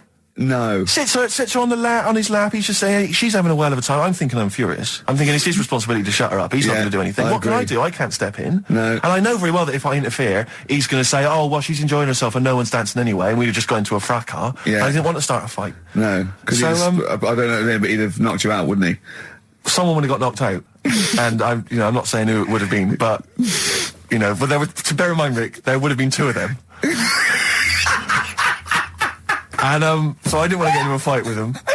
And, anyway, so I'm playing. Anyway, so my friend came along. He realised what was happening, and I didn't have the guts to unplug the microphone because he'd have known. You see. Yeah. So I got my friend to do it when she had her back turned. So he pulled the plug out. The microphone went dead. She went, "What's going on?" I went, "I don't know what you're talking about." I said, "I don't know." She said, "Where the microphone's?" I said, "You must have broken it." I don't know what's going on. Someone will probably make you pay for that. And anyway, at least we shut her up. That is great. But it really went from bad to worse. And you know, there's that thing when you panic, you start panicking, so you're putting on a lot of flavours that you would have saved to the last hour. What are we talking? Boom, Boom, Shake. Exactly, you're throwing him in early. Love Shack's coming on way too soon. Really? Oh, Love Shack before 11. It's heresy, but I had to do it. But anyway, in the end, I made the bride go and get some people in. I said, look, it's your special night, all right, and they're going to enjoy this. I'll be honest, love, this is a washout, and it's up to you to turn this wedding around, or I'm walking. And I tell you, they're going to have a sour memory of this evening, unless you bring some people in. Everyone in dancing. So she got him in at the end. Brilliant. And I'll tell you this, Carl. I mean, I don't know what you say, but they were loving it. They were absolutely loving it. A bloke came over and said, "Have you got Amarillo?" I said, "No," but I put on something even better, Delilah. Wedding crowds always go for Delilah. A song, of course, about old man killing his wife. But it always goes down very well, strangely, at weddings. They get into a sort of hokey-cokey thing. They went berserk for it. And I was following it up with, I had the monkeys, I had all sorts going on. Brilliant. Of course, you know what happens. I'm going great guns. People are absolutely loving it. They're rocking it. I throw in, I had something cracking on at the end. Come On Eileen, of course, was on. People were going berserk for it. Which is unfortunate because the bride's name was Eileen. Yeah. And then the bride pipes up.